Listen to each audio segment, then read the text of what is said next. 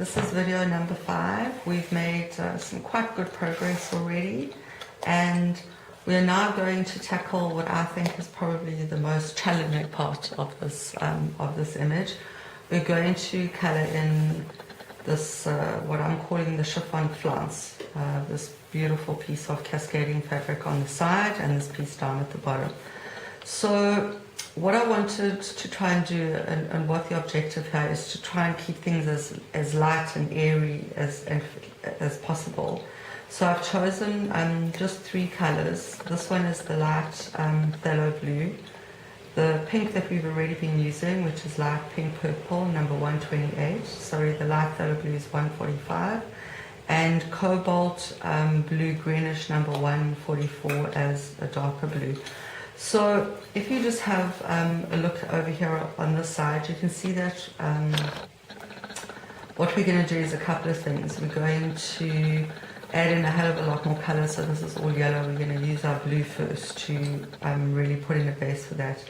And then with the darker blue, build in all the shadow and you know, give it a little bit more magic with the pink. So the first thing that we're going to do is we're going to start with the light blue, and basically what we want to do is we want to cover up as much of the yellow as possible, but we also want to leave some of it behind so that it comes through and it gives that lovely kind of airy feel. So I'm just going to turn this around and basically starting, I don't know, everywhere I guess, to start putting in quite a light layer of blue. And what I'm also doing is, because we want to keep it kind of light and airy, is I'm coloring quite light. So I'm not putting a hell of a lot of pressure on the pencil. And what I'm just trying to do at this stage is cover most of the area. So there we go. And also where we're going to be putting the darker blue in, we're going to put in some of the lighter blue there as well, so that it's got a base kind of to work into, if that makes sense. We also want to leave a little bit of space to be able to add some more pink. So we've got quite a lot of things going on here right now.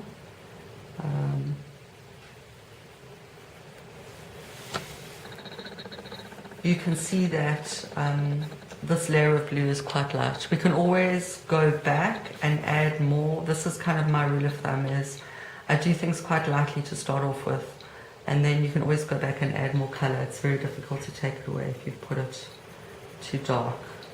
So just kind of adding in some color there. I hope that this is not going to be too boring watching this. It's the same thing over. I've done this piece a few times, obviously in preparation for the tutorial, and I find that the more I've done it, the easier it is getting, and the more confident, I guess, I feel doing it. So the reason I'm saying that is for you as well, that maybe, you know, what could be helpful is if you printed out a spare one of these, I think I mentioned that earlier, and use it as your copy to kind of like practice on, so you don't worry too much about messing up your picture. So that's also quite a good way. I think that's a, you know, a tip to have a page that you can use to try stuff out before you kind of apply it to your picture. So there we go, picking up the color quite lightly. Where we are going to be putting some, you know, dark blue, you can go a bit darker over those areas. Also, by having these 3 colors, by having the pink in as well, it just frees us up a little bit in terms of not putting too much pressure on getting, you know, all the highlight and low light areas right. It gives your eyes something to play with.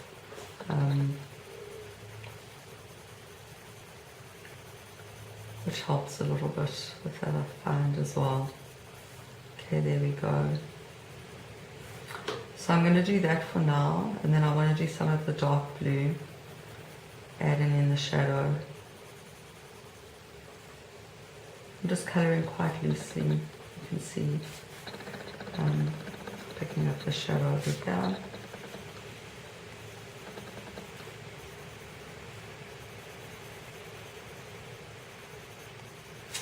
this area down at the bottom, we really want to bring the blue in, so you can go a bit darker and add more color in.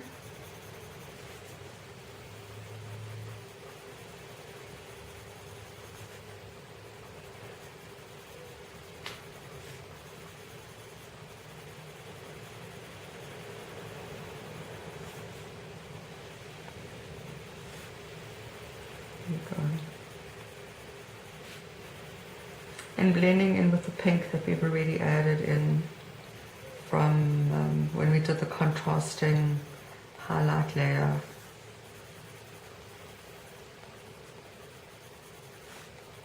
Okay, yeah. All right, so next we're going to do is we're going to add in the blue, and the idea here is to really focus on doing the shadow. So I'm just going to turn this upside down. I start in the places that are really the darkest. This is also a little bit of a challenge I found, because we want this to be both light and dark at the same time. You know, we want to bring in the shadow detail, and so there is, you know, the darker tones, but we still want the fabric to retain its kind of flouncy effect. Funnily enough, this is a piece that I forgot to add the blue into. So you see, you don't panic, you just go into it afterwards. It's really not a problem. Just adding that in. And come back to this just now.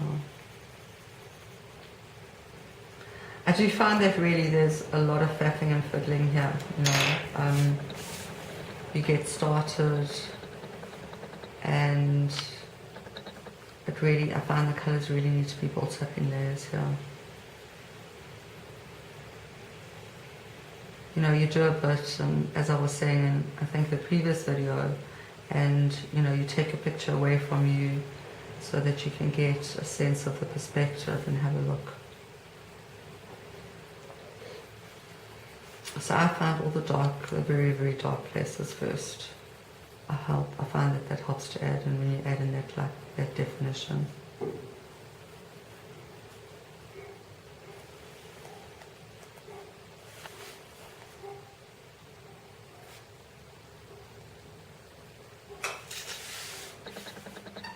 Starting to take shape. Lots of these little areas.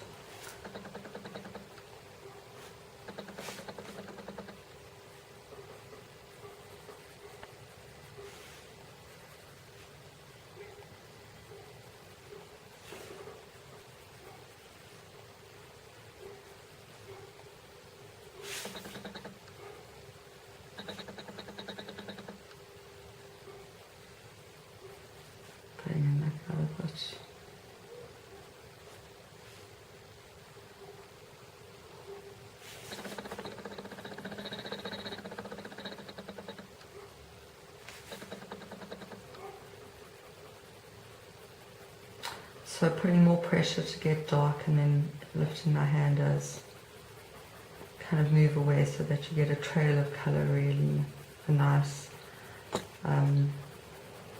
gentle kind of shading of it.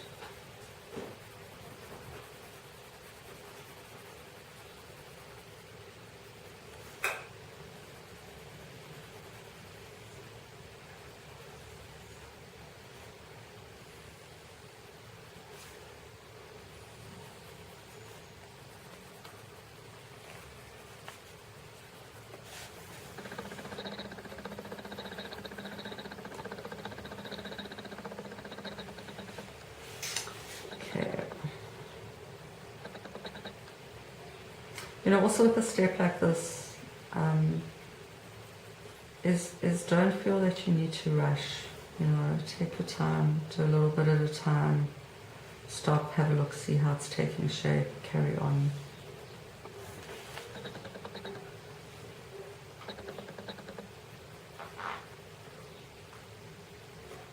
And I did that a lot with this.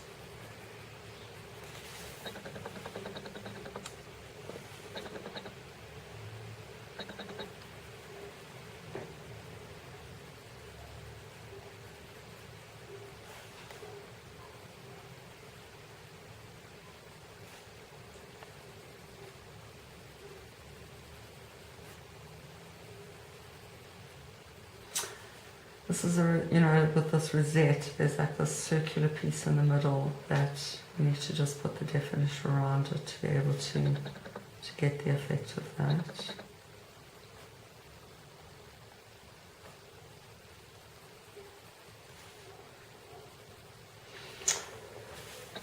I'm going to work down here a little bit as well.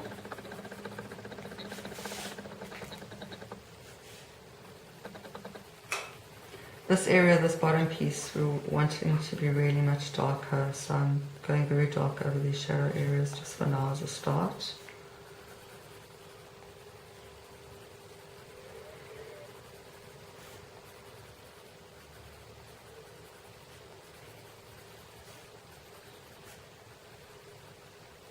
And then we'll just start adding more blue.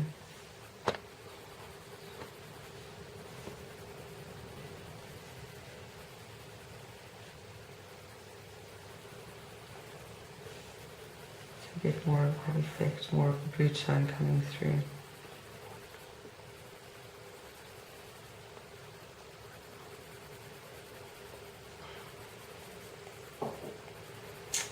Okay.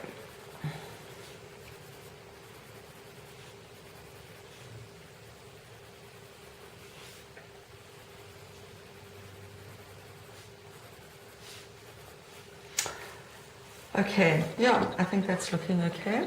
All right, so then the next step is to take the pencil, the pink one, and to go and pick up. So now what we want to do is still going more over the yellow, so we have less of the yellow base layer showing, is go over the areas where we've already gone with pink and make it darker, and find the other spaces where we could add some pink so that you get quite a lot of it. And it starts to come from, we were focusing originally when we put the contrasting color around the edge of it, and now we're going to start moving the pink in so that it's kind of everywhere. I hope that makes sense.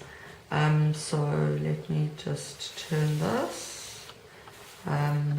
Okay, so starting from here, there's a nice space there. I'm going to start adding in some pink. So now we're blending it in. So where I started darker and then lifting my hand up so that we get a softer follow through. Can I just start adding in loads of pink now?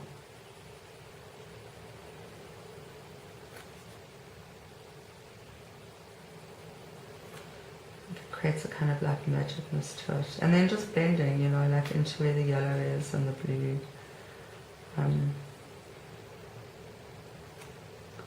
Some here in this round area. Again, this is also something that you know, put some color in and then can always come back to it and make it darker. Just get you going.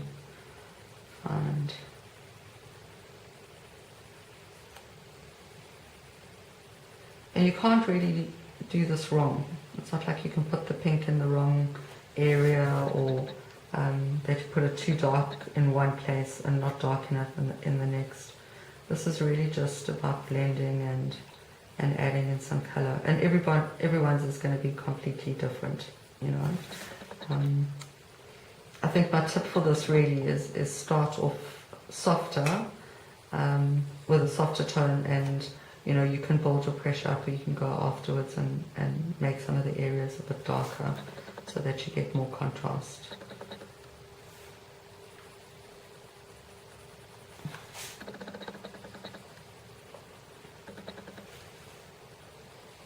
There was one of the areas very pink to start off with, so I'm just adding and making it a bit darker. And this is also one of those things you have to color a little bit, take a picture away from you, hold it, have a look at it, see how everything's coming together, and then add your tone, you know, add in the darker shading.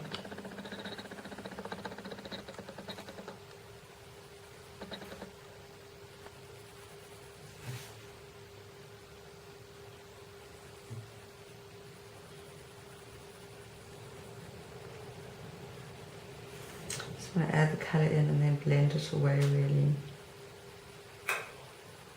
with nice light shading. Sorry, concentrating very hard here.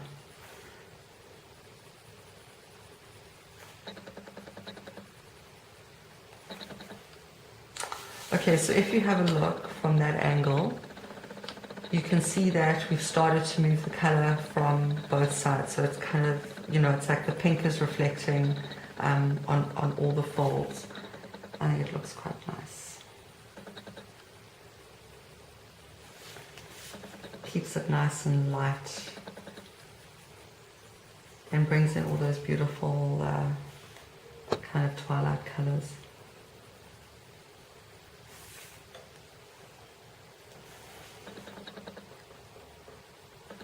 Okay, so that's also a saffron fiddle. You're going to have to carry on with that on your own, but I'm sure you can see what the general idea is. Just add it in there.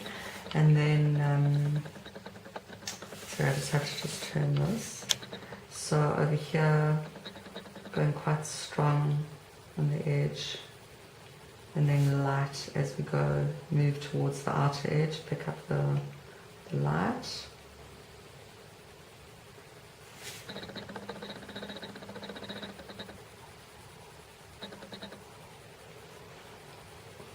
Nice dark contrast there.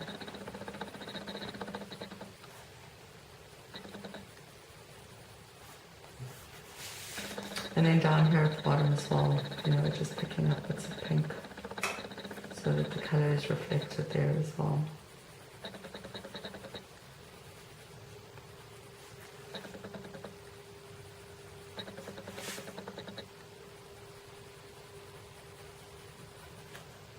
I mean, you can see it really is quite random.